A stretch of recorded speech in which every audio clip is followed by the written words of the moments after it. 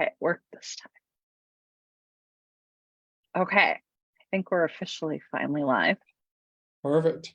All right, so give me just a second to share it.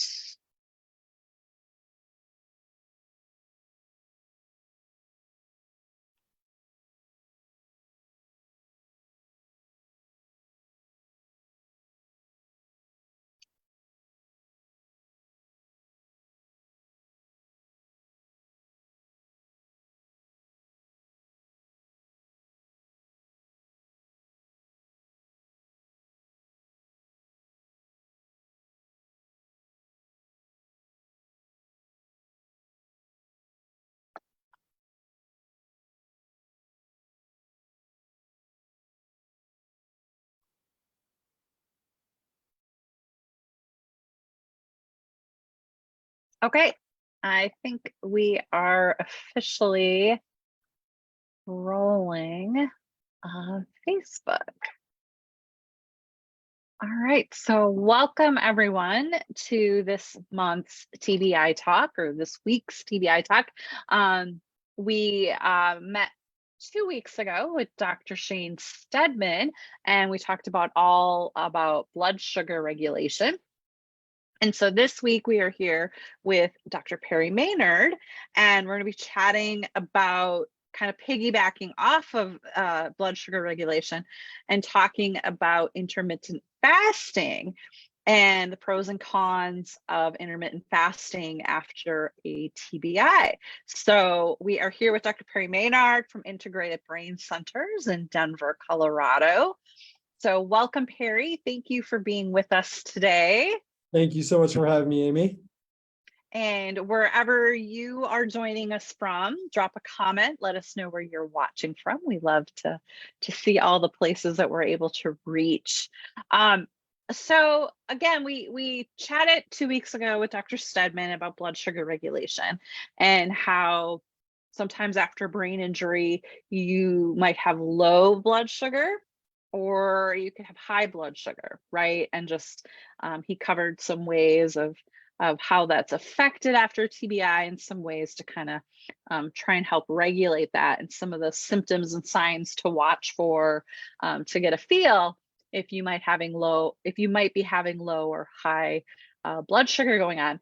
So today, Dr. Perry, we're talking about intermittent fasting, and I think this has kind of come to be a buzzword lately. Everybody's talking about intermittent fasting, and people who do it swear on the Bible by it and think it's the greatest thing since sliced bread.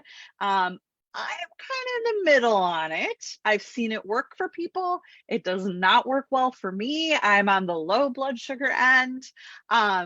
So where would you like to start? Maybe let's just define what it is. What is intermittent fasting? Yeah, no, that's great, because I think even within intermittent fasting, you'll find different ranges, right? Anywhere from, let's say, 12-hour to even like some people doing even longer, like 16 to 8 hours, right? So you have different forms of fasting, right? Just fasting, right, is just the idea of going without, right? So going without food. And intermittent, right? So not all the time, not like a prolonged fast where maybe you're going for 3 to 5 days or longer, but intermittent in that it's a shorter period. And you can have, once again, people doing anything from, once again, 12 to upwards of like 18-hour fasts, right? Or how some people maybe reframe it as like feeding windows or time restricted feeding, right? So you have all these words out there of intermittent fasting, time restricted eating, right? Which pretty just means that we're narrowing the window of the time that we are eating our food, right? So if you think about it, maybe traditionally people eat all of their calories in a 12 to 15-hour window. Intermittent fasting or time restricted feeding would push that into a shorter window, right? And that window could be 10 hours, 8 hours, 6 hours, or some people even just eat one meal a day. And I think there is a lot of debate, and we'll kind of talk about this like what is more affected, and you hear buzz terms like autophagy and ketones, and oh, you only got to fast for 12 hours. No, you got to fast for 24 hours and things like that. But really, that is what intermittent fasting is. It's pretty much the same thing as time restricted feeding, which is just meaning eating your calories in a smaller window, which means you're going a longer period of time in between meals. And we can talk about some of the proposed benefits.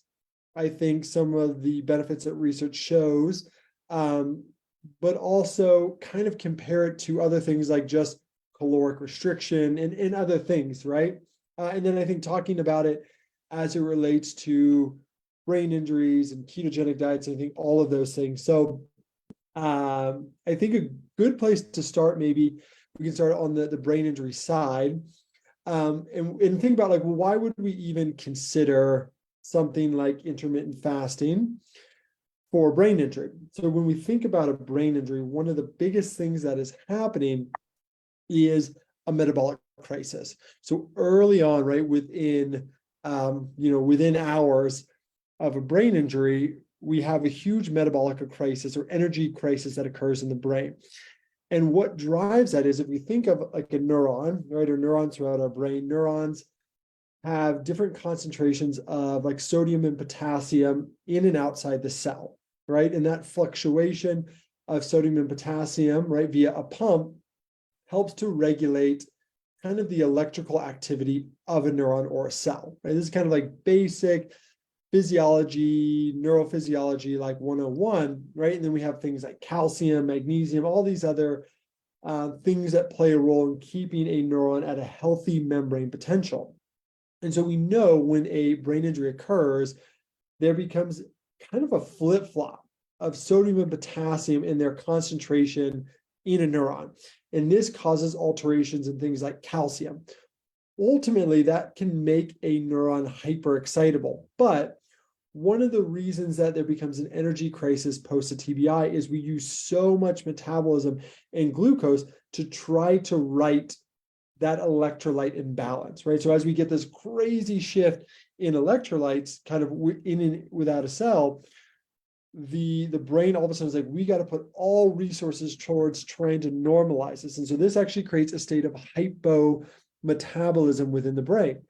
And this is what can lead to, in really severe injuries, right? Things like seizures, right? Seizures, loss of consciousness, even death in severe enough injuries, is that we can get so much hypometabolism and neuronal pools just become so unstable, right? This can lead to seizure-like activity, all sorts of things. And so one of the ideas you could say maybe with intermittent fasting is this idea of ketosis.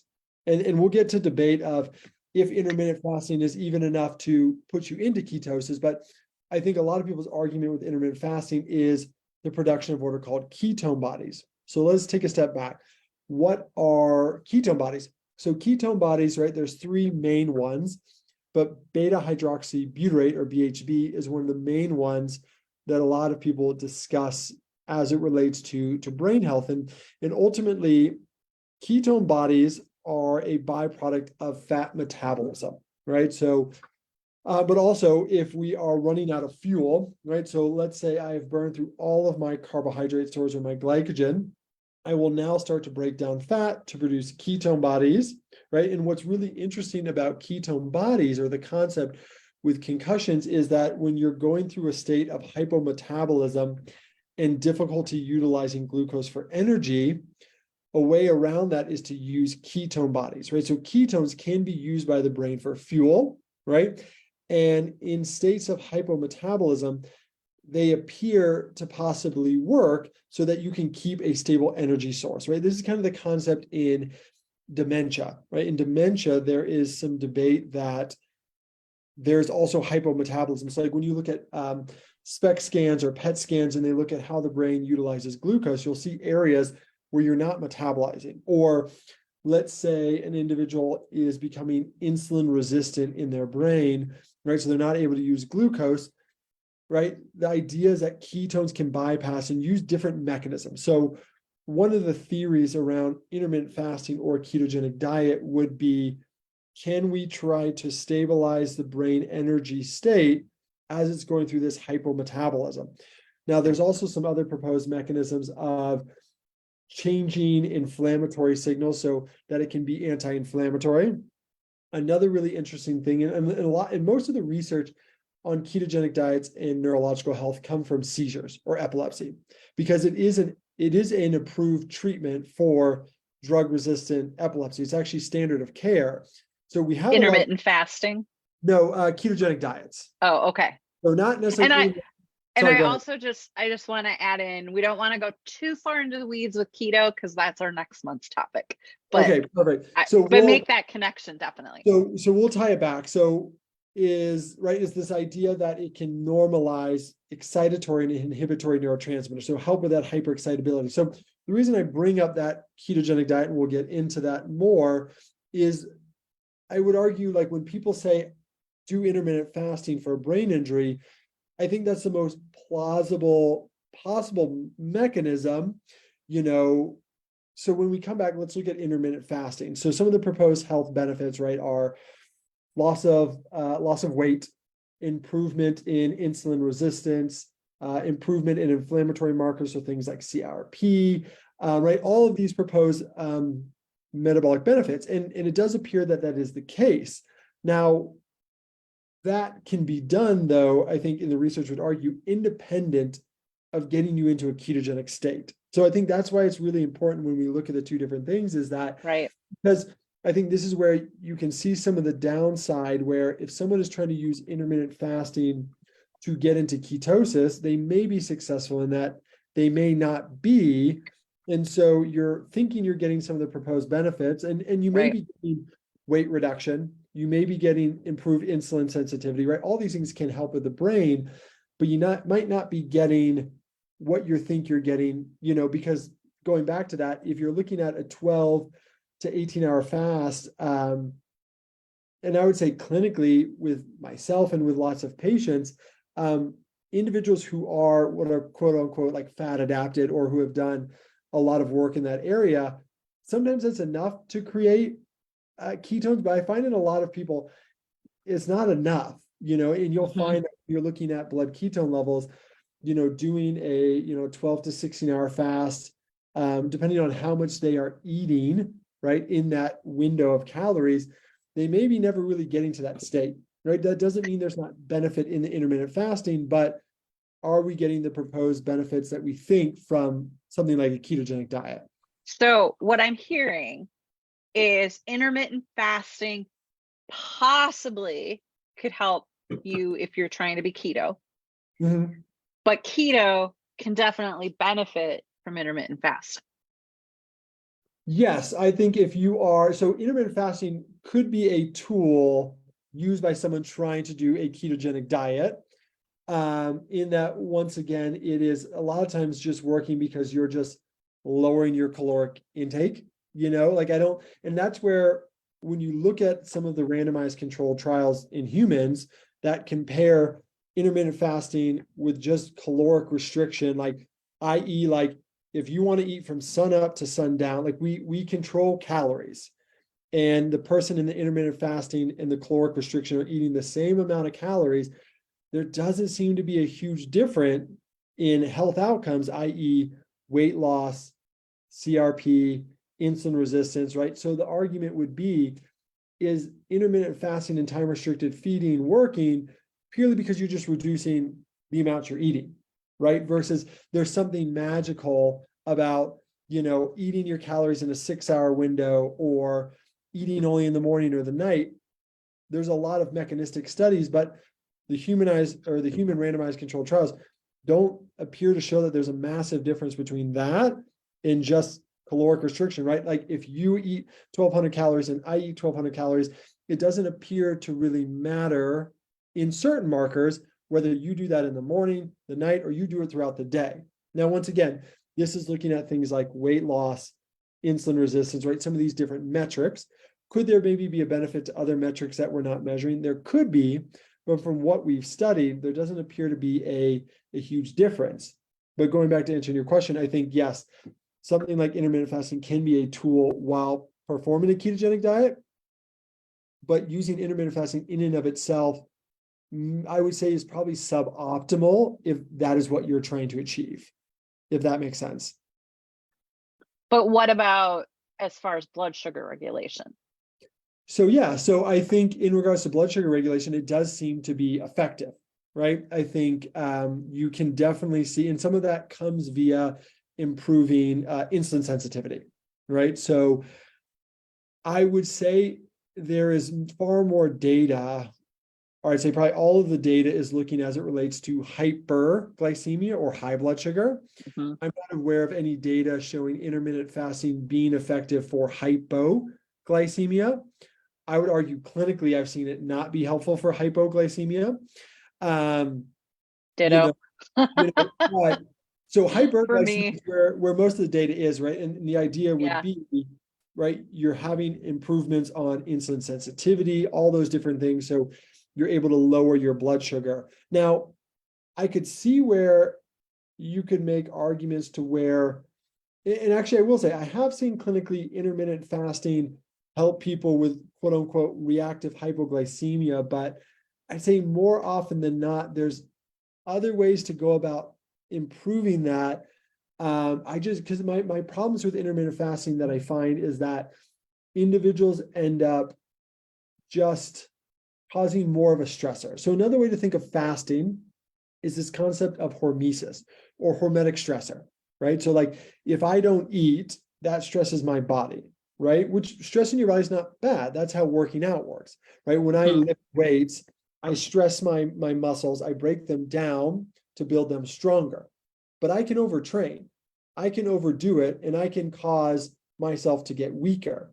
And so when I look at something like intermittent fasting, what I find is, right, with my patients is, let's say they are working, right? They have symptoms. They're working a full-time job, right? They're stressed already. And sometimes adding another stressor is not what they need. Also, another thing I find is that people, you'd be actually surprised also how little people eat. We have this discussion time that we're overeating as Americans, which is totally true. But honestly, in my patient population, when I have individuals track what they're eating, not necessarily from, just because we're going to count calories, but to show people how little a lot of times they're eating.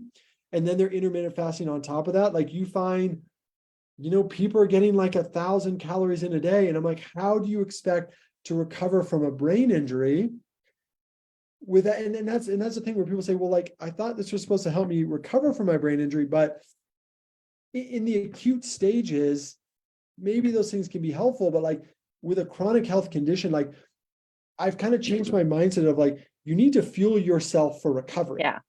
No different than like an athlete. If an athlete is going out and doing 2-a-days and they're trying to be the best version of athlete themselves, right? They eat, right? They eat all the time. Yes. And I'm not saying people eat like Michael Phelps, but you need, like, if you're not even eating to maintain your basal metabolic rate or what you even need to just not lose weight, a lot of my patients, I have lost a ton of weight because they're dizzy, they don't feel good, they don't eat, they're losing weight, they're losing muscle mass. And then all of a sudden you're going to tell them, hey, I now want you to eat all of your calories in 6 hours. What you find is that people just end up skipping meals. And so now they're going to eat in a caloric deficit. And they don't make up for it in that 6-hour window. No, and they don't make up for it. And once again, if their main goal is weight loss and diabetes control, maybe that's good. But if it's trying to recover from a brain injury or they have depression, that's not always the best option. So it can be done and it can be a tool, but to be honest, I personally don't use it clinically a ton. And honestly, most of the time patients come in and they're doing intermittent fasting and I'm talking to them and they're like, yeah, my energy's, what's really interesting is everyone thinks that it is serving them and is the only reason that they are together. And then I chat with them and it's like, yeah, my energy is, really bad in the morning or in the afternoon. Like they have these energy roller coasters. And Yes. I tell people like, for a week, will you do one thing for me? And I want you to eat like a substantial breakfast, really focusing on protein. Like if you can get 30 to 50, depending on the person's size, 30 to 50 grams of good source protein and fat in the morning, and then maybe at lunch, just let me know what that does to your energy roller coaster throughout the day. And more often than not, then people come back and say like, oh yeah, my energy's way better in the morning. And it's like, I don't think intermittent fasting was serving you. Let's stop here a moment. Because Shade and I talked just a smidge about this. The first thing you eat in the morning is probably the most important thing you eat all day. And protein and fat should be your priority in the morning, not carbs.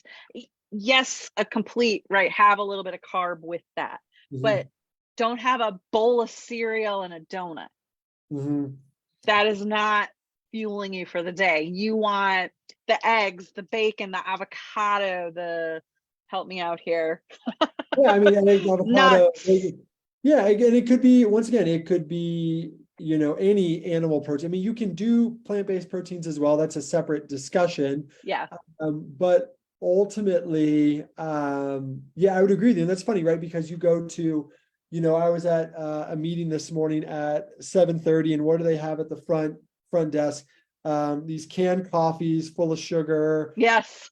Pastries. Now, don't get me wrong, coffee and pastries fruit go so well together. Fruit, you know, but it's just like a carb, a sugar, right? There's some fiber rolled into there. And once again, this is not to demonize carbohydrates. Carbohydrates aren't bad. No. But when you're looking at setting yourself up in the morning for being able to make it to lunch and not like just totally be wanting to rip people's heads off, you know, yeah, I've changed my tune a lot, because I used to be quite a proponent clinically and even with myself, and I just was finding that once again, it's nuanced, but for a lot of my patients and what they're trying to achieve, it's not what they needed. But the hard part, right, is people think like, well, but there's supposed to be these proposed health benefits, and the research shows this, and the research shows that, and it's like, okay, yes, but like, how do you feel with it? You know, and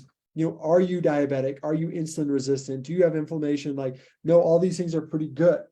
You know, and so I think it's yeah, it's just so funny because a lot of patients come in and it's super popular thing, but clinically, more often than not, I tend to shift people away, and I try to actually get people eating more.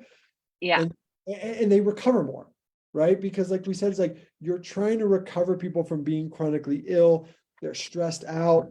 And so a lot of times, like the body needs to be more well nourished and not actually deprived of nutrients. I think the two biggest changes you can make, and this does sort of tie with intermittent fasting, stop eating 2 to 3 hours before bedtime. So if you go to bed at, let's say 10, you shouldn't be eating past 7. And if possible, make that last snack protein.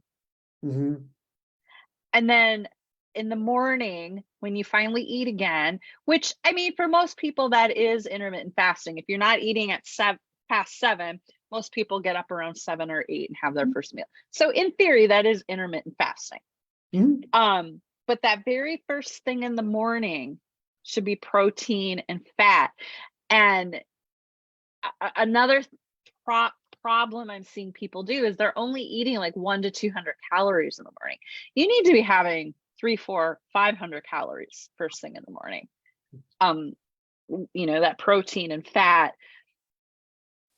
So like the first thing in the morning, I think, is like the most important thing you can eat all day. So is that going to be a donut, or is that going to be an egg or an avocado, right? It truly sets you up for the rest of the day. I mean, that's one of the ideas with a lot of protein is satiety and satiation. Like I would agree that, you know, and there's a few different arguments when you even look at some of the work of Sachin Panda, who does a lot of the circadian rhythm stuff, you know, and this makes sense. Like everything is primed and ready in the morning. What I mean by that is like your pancreas, insulin secretion, your insulin sensitivity. Like when I have worn, and once again, this is a N of 1 or N of a few with patients, like when I follow them on their continuous blood glucose monitors, like people's ability to handle carbohydrates is far different in the morning than the evening, right? Because, and I think this goes back to Satchin Panda's work, is that your insulin sensitivity is different in the morning than the evening. And this makes sense, right? Because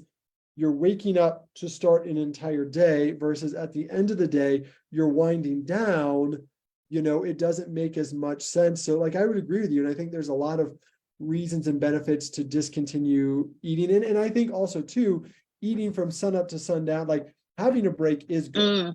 From a GI standpoint, like I think you can make the argument that having a 12-hour feeding window is pretty good for most people. Like you said, like a 7 to 7 or an 8 to 8. Like I think most people will do well with that.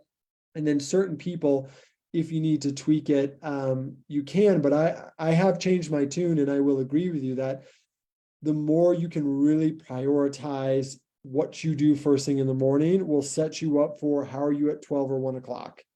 How are you at the end of the day? And to be honest, you can't really catch up. If you've set a bad tone first thing in the morning and you're trying to catch up around lunch or dinner, like you're kind of done for. At least a lot of my patients are. So to be honest, if anything, people can eat a bigger amount in the morning, in the afternoon, and then maybe they start to tail off in the evening. Yeah. But it's dependent on the person. Like, also, what is the person's goals? Are they trying to recover from a chronic health issue? Are they trying to gain muscle? Are they an athlete? Are they trying to lose weight? That's the thing. All these, we try to fit everyone, like, here's a book, Right. fasting for bodybuilding or for powerlifting. It's like, yeah, can it be done? Sure. Is it optimal? Is the bigger question. And so that's why you really need to figure out what are your goals, and you and your healthcare provider need to figure out what is best for your goals. Although there's a lot of buzz that intermittent fasting is going to make you live to 200 years old, is that what you need for your condition? And just because it's not, doesn't take anything away from it. It's just, it may not be what you need as an individual. And so I touched on this too when I was talking with Dr. Stedman about blood sugar regulation. And we talked a little bit about if you're the type that keeps waking up every couple hours at night, that might mean you have low blood sugar. And if you have trouble falling asleep, it might mean you have high blood sugar. Not obviously not the rule, but definitely can be a sign. And I'm definitely the one that wakes up every couple hours. And so when I said before bed, I don't eat 2 to 3 hours before bedtime, and that last thing I eat, I make protein balls. So I have a protein ball as my last little snack, because I eat dinner around 5 or 6. And then I have that little protein snack before I go to bed. And that made a huge difference in my sleep. It allows me to sleep. I still don't sleep all the way through the night, but I'm not up every 2 to 3 hours. And so I've experimented with that. And when I forget to eat my protein before bed, I'm waking up every couple hours. So that, and then my breakfast, those two things were a game changer for me. And I don't wake up with the brain fog. I also will say I went gluten-free, and that's a whole other conversation, but I don't wake up with a brain fog anymore.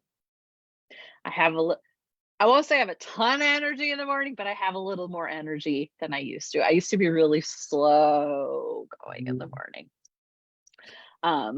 So for me, it was a huge game changer. Yeah, no, and I would agree. I think I see the same things clinically. And this goes back to what we chatted about earlier too, like especially with the issues with sleep and blood sugar.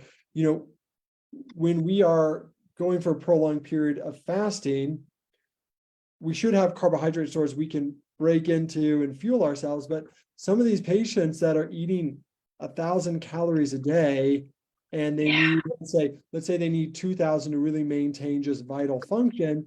I'll talk to some of my patients and like, well, yeah, you don't even have enough stored to be able to tap into glycogen so that when you have no reserve. So like and these are some of my patients where like they're true hypoglycemic, like they're dropping in the 50s at night, Wow. You have a continuous monitor, you can see they're dropping into the 60s, the 50s, waking up with panic attacks, or they're waking up and they're passing out.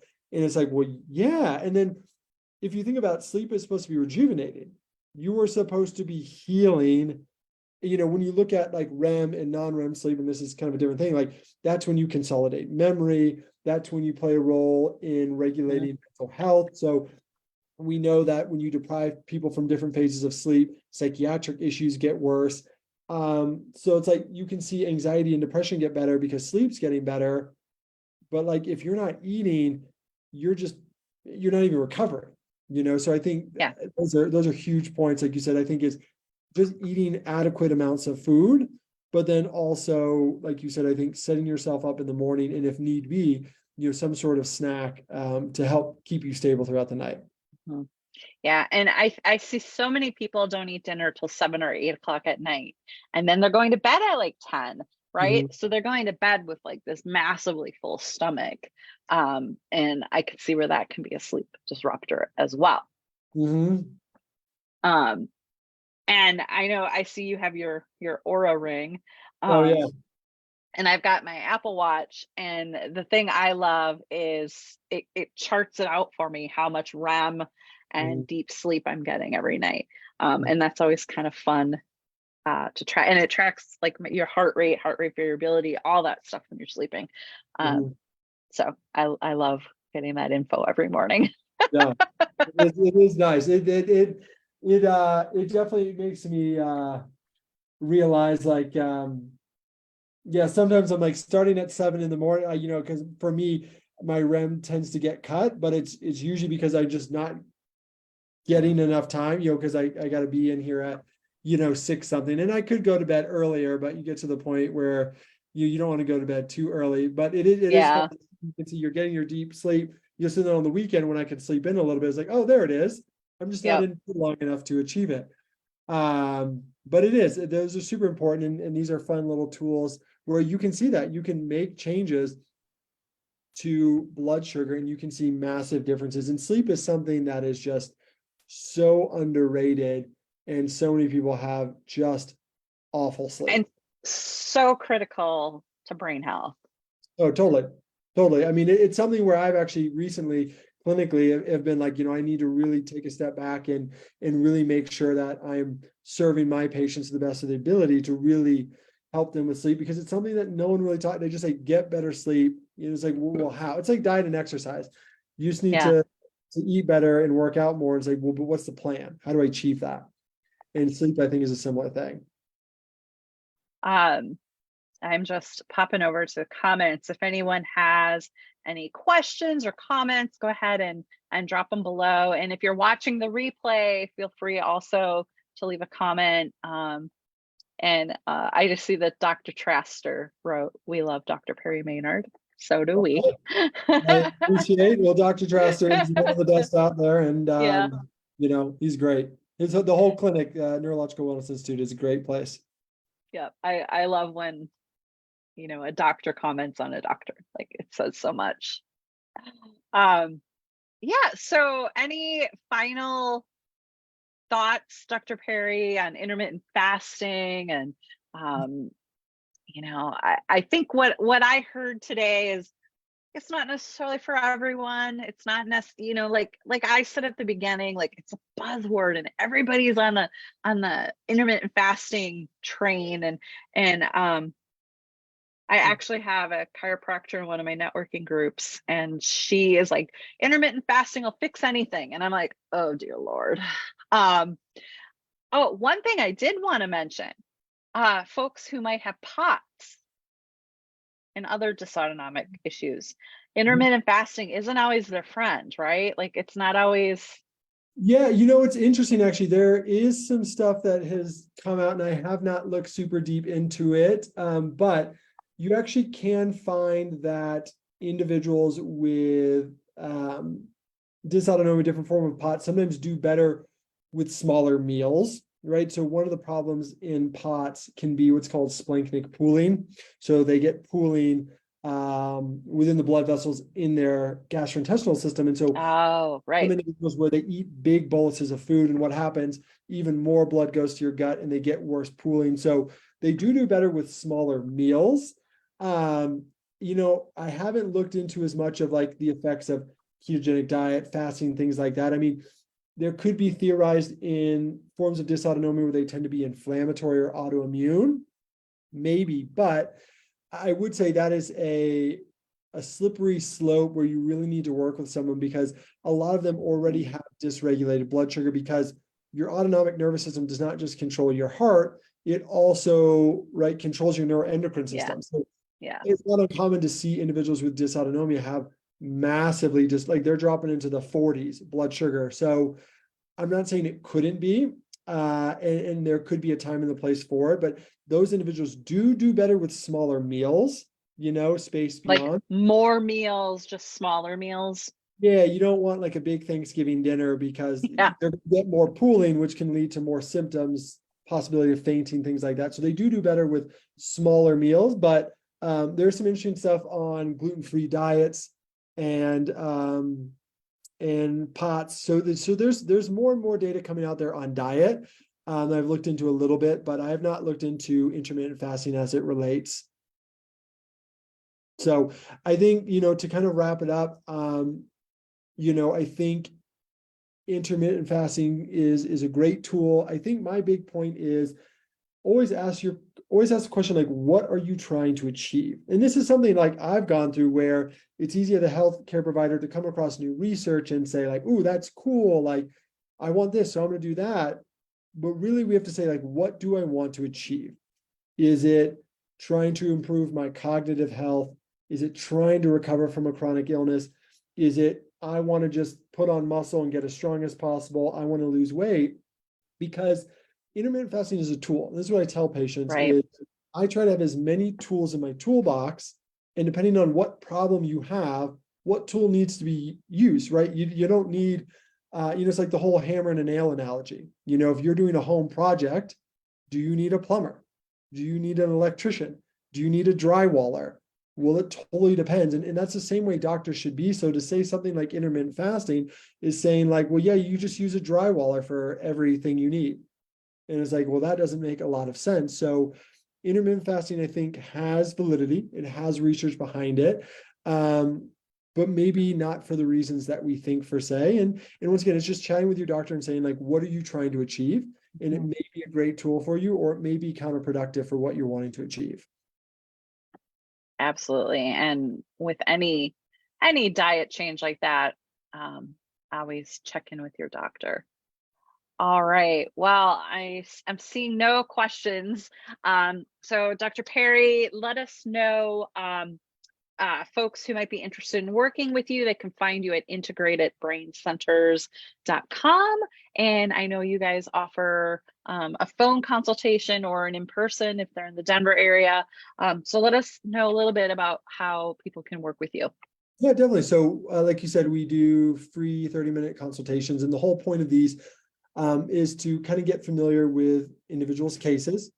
Right. And like I always tell patients, right, the goal is to kind of dive into things a little bit, but ultimately see if we might be able to add value into an individual's care, or if we can help to guide them. One of the big things that I see a lot of times is that patients go from practitioner to practitioner, and no one really helps to guide them. They just try to sell them on the tool that they have. And so that's really my goal. And I refer patients out a lot of times during this consultation. So that's really a big goal, is to see if we might be able to help, or if another specialty might be a little bit better for you, or for individuals sometimes, in other places, it is sometimes saying, hey, we got a great place. You brought up Dr. Traster, it's like, if I have a person that's in the Midwest or Illinois, or is in Florida, they're opening a new clinic, I think in Wisconsin, it's saying, hey, I got a great clinic or great individuals close to you.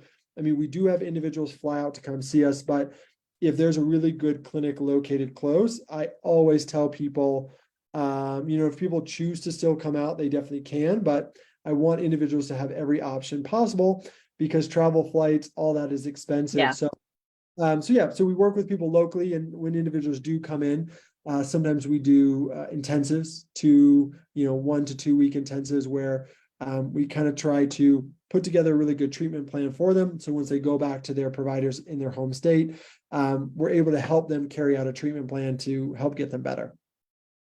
Awesome. Well, thank you so much for being here today, Dr. Perry. And stay tuned, everyone, for next month's series with Dr. Studman and Dr. Maynard. And just thank you so much for taking the time to be here today. Thank you so much, Amy.